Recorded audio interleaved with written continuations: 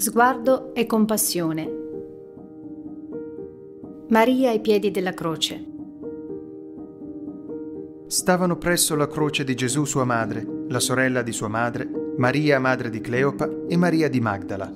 Gesù allora, vedendo la madre e accanto a lei il discepolo che egli amava, disse alla madre: «Donna, ecco tuo figlio». Poi disse al discepolo: «Ecco tua madre». E da quell'ora il discepolo l'accolse con sé.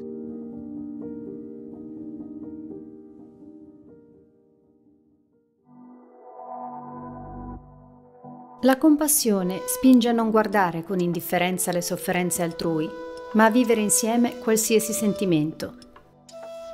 In questo immedesimarsi si fondono gli sguardi di chi dona e chi riceve, di chi guarda e chi non è guardato, di chi ama e chi non è amato. Evoca così la gratuità, la benevolenza e l'affidamento totale tra le braccia di Dio, che restituisce alla creatura, ferita dal peccato, la capacità di amare e di sentirsi amata. La compassione può così fiorire anche da un ramo spezzato, prodigio dell'amore, miracolo della carità.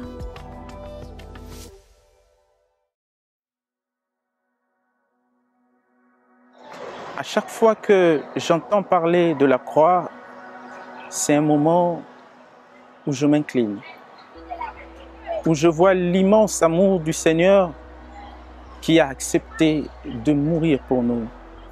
Parce que la croix, c'est le chemin que l'homme mène chaque jour. Dans notre société, il nous arrive d'avoir des problèmes.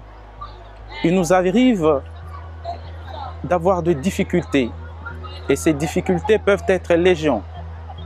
Des difficultés financières, des difficultés au niveau du travail, le problème de santé, des difficultés dans le couple, les difficultés même de payer les frais académiques, les difficultés de se déplacer. Il y a même certaines personnes qui peuvent être nos obstacles en se comportant de manière pas chrétienne. Est-ce que nous sommes appelés à le rejeter parce qu'ils se sont mal conduits vis-à-vis de nous? Non. Que devions-nous faire en tant que chrétiens et jeunes? Nous sommes appelés à l'image du Seigneur de regarder la croix. Sur la croix, il a accepté de payer les dettes de milliers de personnes. Il a accepté de verser son sang pour nous sauver. Et sur la croix, il a demandé pardon. C'est l'attitude que nous sommes invités à adopter, à pardonner. À chaque fois que nous avons des problèmes de contrariété, nous ne sommes pas appelés à haïr ces personnes. Nous ne sommes pas appelés à vivre l'inimitié avec ces personnes, mais à les aimer comme le Seigneur lui-même sur la croix a aimé et a pardonné ceux qui lui ont fait du mal. J'ai une expérience de la croix en tant que puissance qui sauve, en tant que puissance qui libère, en tant que puissance qui guérit. Il y a ma jeune sœur qui, en étant malade de problèmes de neurologie, a tellement souffert que certaines personnes ne voulaient pas la sentir.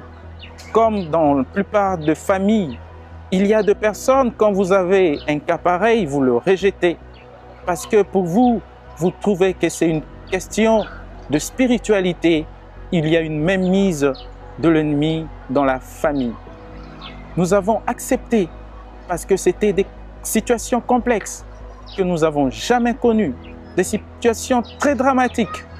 Nous avons accepté et nous avons porté nos prières devant la croix du Christ.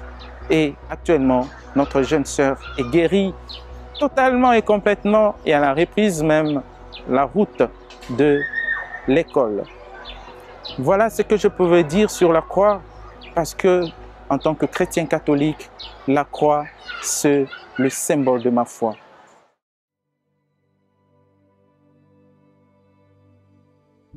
Il 30 ottobre dovevo essere in seminario. Il mio modesto corredo era preparato. I familiari erano contenti e io più di loro. Solo mia madre era pensierosa e mi avvolgeva con il suo sguardo. Voleva dirmi qualcosa e cercava il momento più opportuno. La sera prima della partenza mi chiamò in disparte. Giovanni, tu hai vestito l'abito del sacerdote.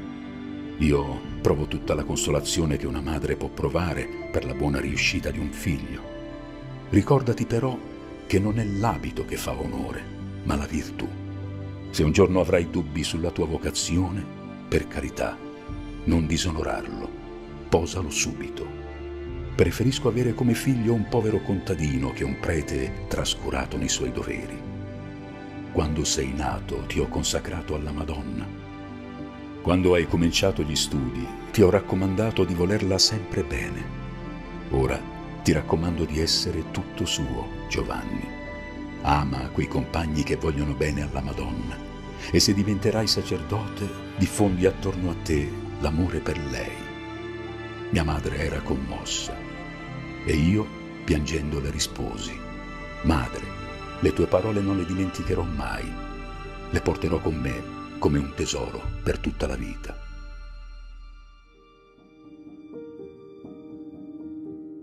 Je vais vous relater une histoire très douloureuse de mon très cher ami Onésime, un ami calme, un ami affectueux, un ami qui n'avait pas de problèmes avec les autres ni les professeurs.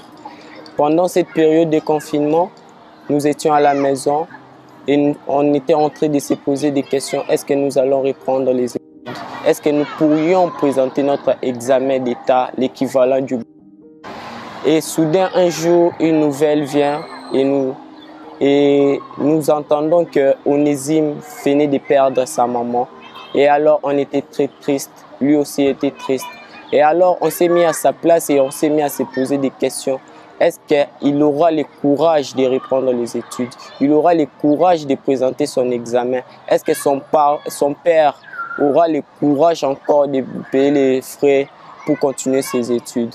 Alors, on s'est organisé, nous avons cotisé de l'argent, le peu qu'on avait, nous l'avions apporté ça chez lui. Et malgré que nous l'avions apporté de l'argent pour le deuil de sa maman, mais nous l'avions aussi apporté de la joie. Vu qu'il n'avait plus le sourire, nous l'avions apporté la joie et il était en train de... On était là, on jouait, on rigolait. Et après ça, on ne pensait pas qu'il allait revenir les jours de la rentrée à l'école, mais soudain, on l'avait vu là, le matin, il était revenu, il était très joyeux. Et nous aussi, nous étions très contents de le revoir.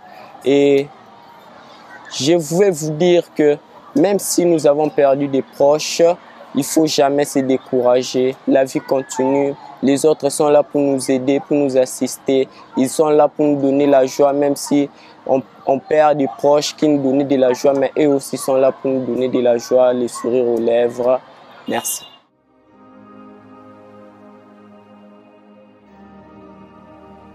O Maria, Vergine potente, tu, grande e illustre presidio della Chiesa, tu, aiuto meraviglioso dei cristiani, tu, terribile come esercito schierato a battaglia, tu sola hai distrutto ogni eresia in tutto il mondo, tu nelle angustie, nelle lotte, nelle strettezze, difendici dal nemico e nell'ora della morte accogli l'anima nostra in paradiso.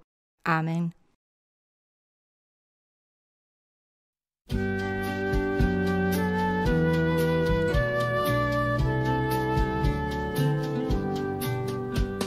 Toi, Notre-Dame,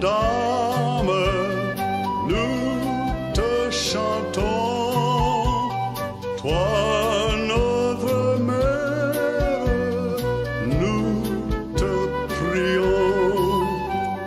Toi qui portes la vie, toi qui portes la joie, toi que touche l'esprit, toi que touche la croix.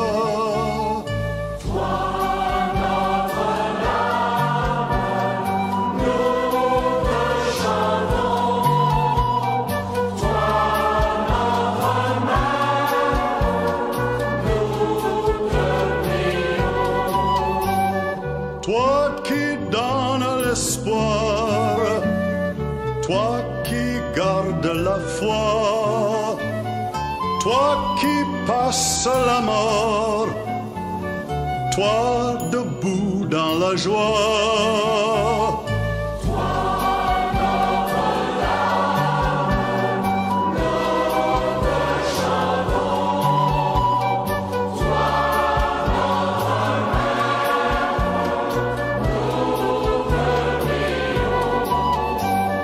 Toi le cœur sur la main, toi la joie pour les yeux, toi le miel